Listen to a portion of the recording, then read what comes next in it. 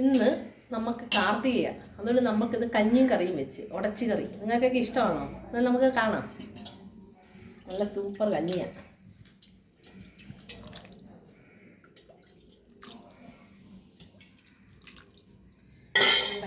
ചേമ്പ് കാച്ചിലും ചേനയും ചീവക്കിഴങ്ങും ചീനിയും എല്ലാം ഇട്ട് വെച്ച കടലയും പയറും.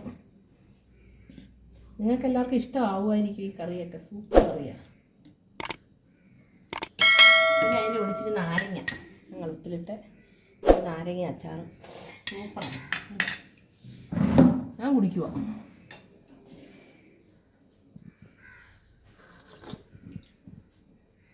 അടിപൊളിയാ.